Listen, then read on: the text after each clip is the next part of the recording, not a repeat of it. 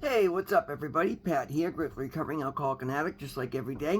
Guys, please don't forget to subscribe, leave the video a like, drop me a comment, and by all means, share it with anybody you think might get something out of it. Other than that, happy Friday, everybody. Wow, I can't believe it's Friday again already. These weeks are really, really flying by because my life is getting busier and busier. I'm doing more things, just like I suspected when in my early videos. I'm like, oh, I'm sure. I took the time to rest and just learned to sit with myself in the early days, knowing that if I put a good life together one day at a time, that it would suddenly turn into a full life. And I mean I'm still on the road, but I'm well on my way, and I'm shocked at not only how busy my business is getting, how much more busy my recovery life is getting, how much more and I'm interacting with friends in the program, friends outside the program. I just have. I'm sought after today. I'm appreciated today. I appreciate other people today. I get to support and uplift others. First of all, Friday, so my home group, my AA meeting, another fantastic meeting today. A couple people came up and asked for a link to the channel, so I gave them. One of them already left a comment on the video. Sal, thank you. Daniela, what's up, honey? Hope you're watching tonight. And you know what? Like, as soon as I was sharing with Danielle, I'm like, you know what? This girl's doing a hell of a good job lately. Let me just let her know that. And the text I got back was clear as day that she appreciated that. And that's the thing, guys. Like, I used to go in the early days, I go in these meetings, I was afraid everyone's going to judge me and nobody would accept me, my past, this, that. And today I get to sit at the front. Well, we're in a circle, so there's not really a front, but I get to sit at the table and run the meeting, and I get to learn everybody's names, and I get to call on people, and I get to sign slips, and I get to encourage people. And before, I was just sitting in the back of the room, and I don't even like saying it, but it's the truth.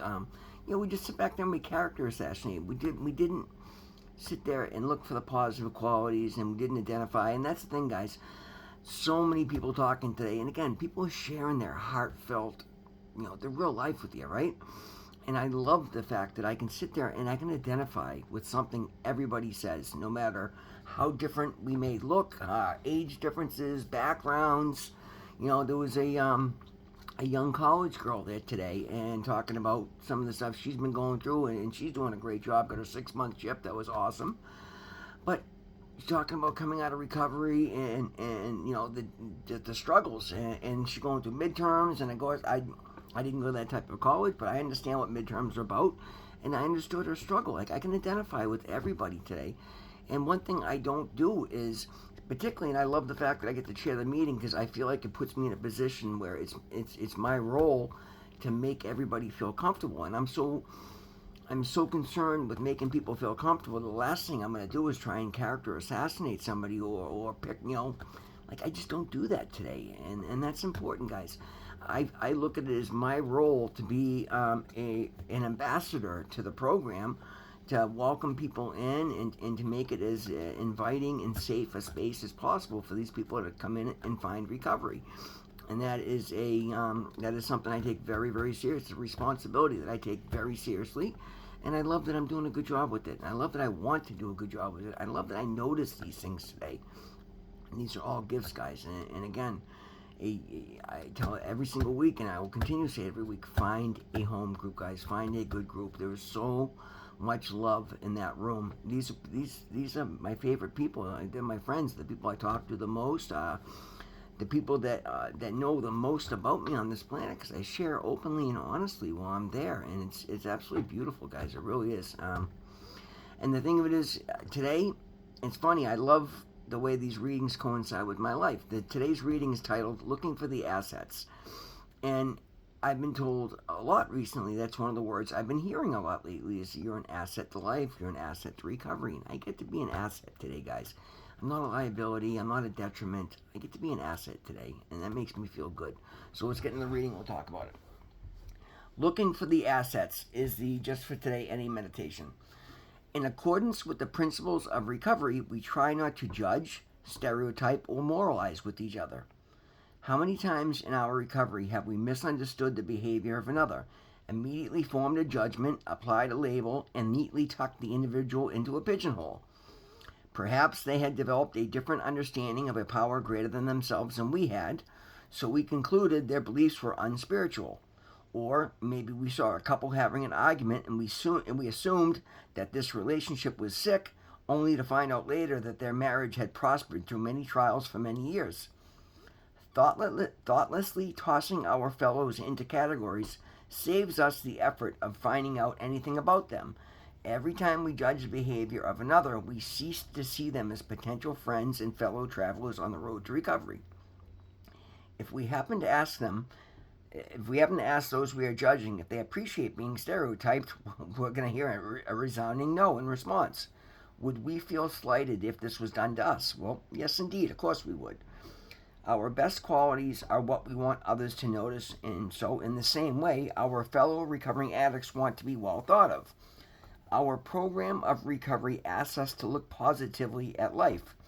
The more we concentrate on the positive qualities in others, the more we're going to see them in ourselves. And the affirmation is just for today.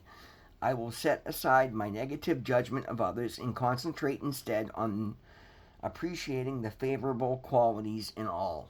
And guys, and that's an important reading. And again, not only just what you're doing for them, but what you're doing for yourself. Because here's the thing, guys, and I'm so glad I see this thing because I would never believed it before.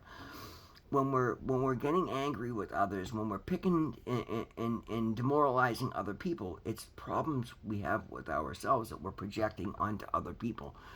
And I see that so much, and I started to see it in other people these last few years, and then when I get into recovery, I stopped looking at other people because I started to figure out that I needed a lot of work, and that's the reason. And I saw that in me. I'm like, oh well, no wonder I'm noticing it in other people because it's what I see in myself. Afraid to look at myself, but it was because I had problems with myself. I didn't like who I was.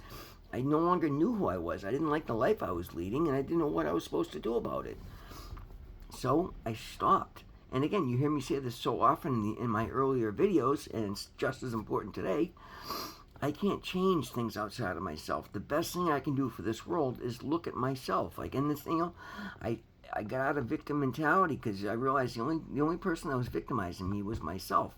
But as an excuse for all my failures, so I didn't, because my ego wouldn't allow me to admit that things were my fault. I found a way to change every story in my life so that I was just a victim of circumstance. Oh, if I hadn't been there, the cop was there. It's bullshit, guys. I was under the grip of active alcoholism and addiction for 40 years, and I lived accordingly. I would fight ever so hard, and this is something we talked about today, guys. I would always, because I didn't have the capability of handling an adult life, because I was always doing bad things. I was always manipulating situations.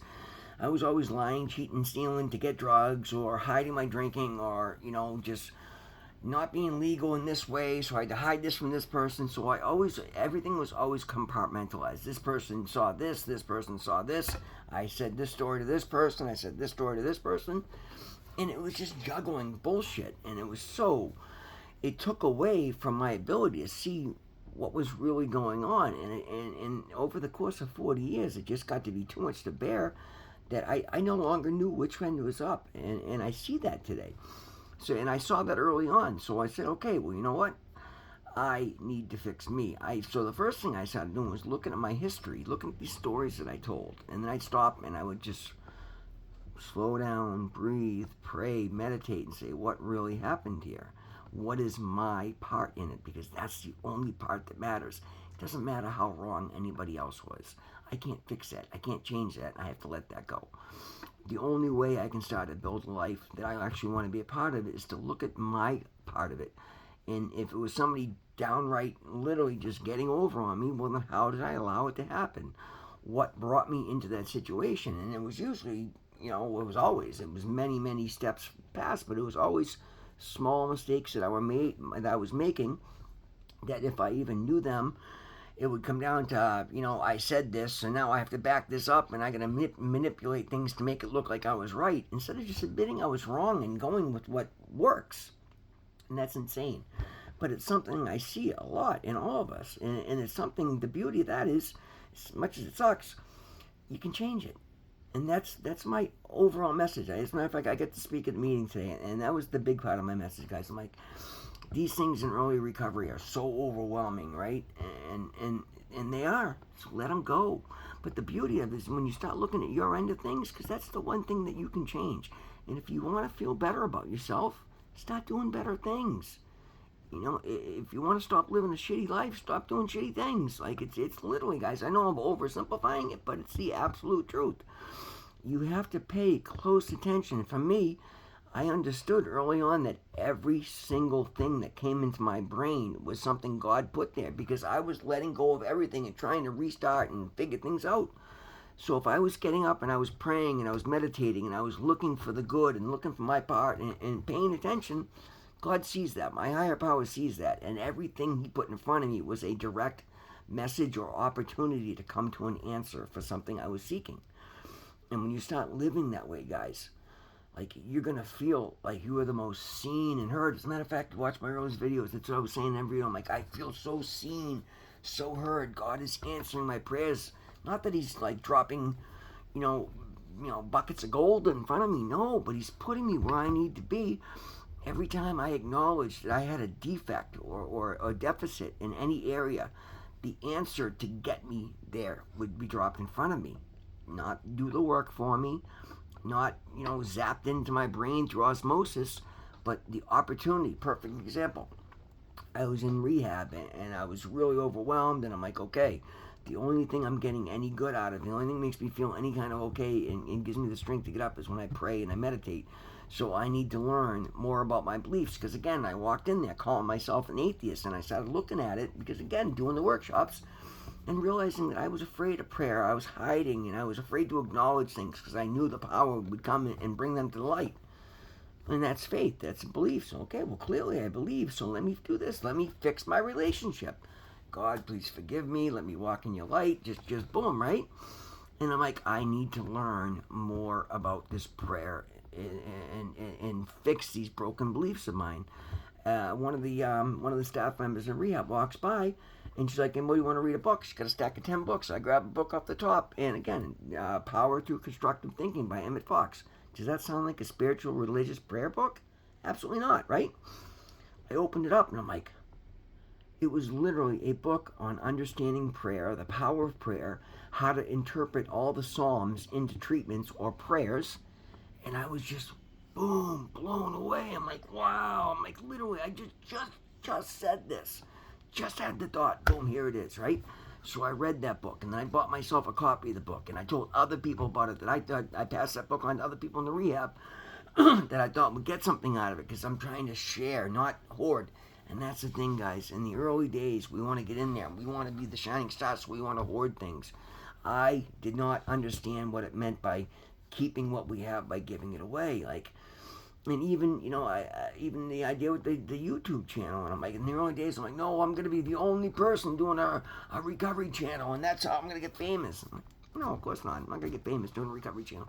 But I've got a consistent, growing community that makes me proud, and I encourage everybody out there. I share my example of doing this in my meetings to tell people that there's always a way you can step up and do something to further the cause. I celebrate people's wins. I would love, and when people come up, oh, I love the idea, I'm like, then start doing it. Like, if you think it's a great idea and you want to do it, and I'm not going to be mad at you, start doing it. We need more people doing more things in recovery, and that's how I know I'm in a better place now, because I'm trying to bring recovery into the forefront. I'm trying to normalize and make people proud. It's why I wear the stuff that I wear, and I share and I talk as much as I do. I'm not trying to hoard a YouTube channel.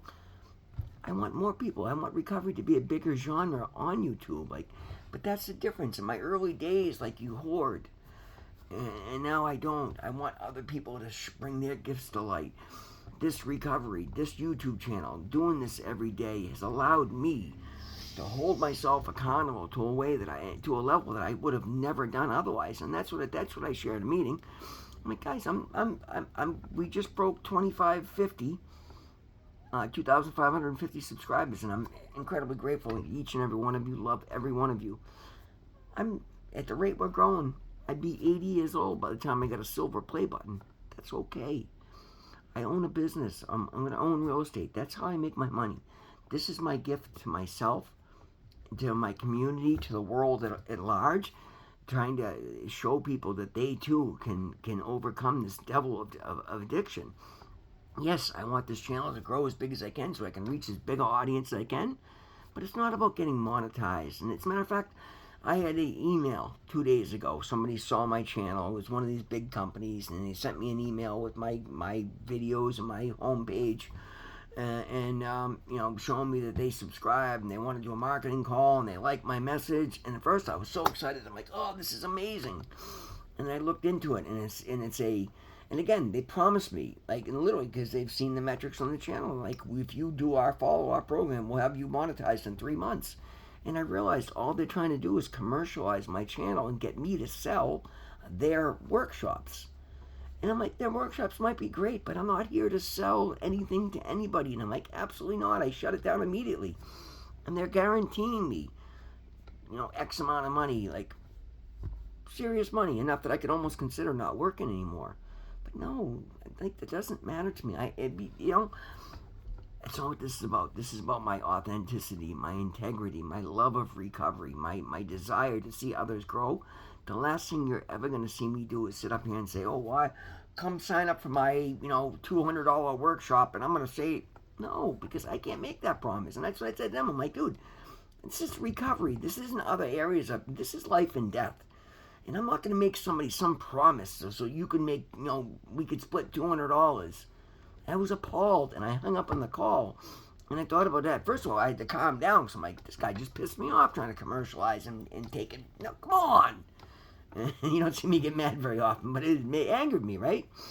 And that showed me where I'm at. I'm like, this is the love that I found for this. This is for me. This is because I've seen what an asset honest recovery is, and that's how much it means to me. So that tells me I'm actually an honest to God member asset of my recovery, because I'm not looking to get over on it. And when given the opportunity to get a leg up with it, I won't take it.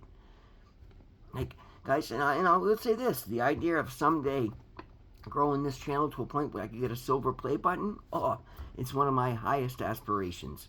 But only if it would be authentic and done right. And it means I can reach people that much, and that many people want to subscribe to my channel. I won't do it through trying to work with some corporation that's going to try and sell workshops through my platform. Absolutely not. And that shows me where I'm at.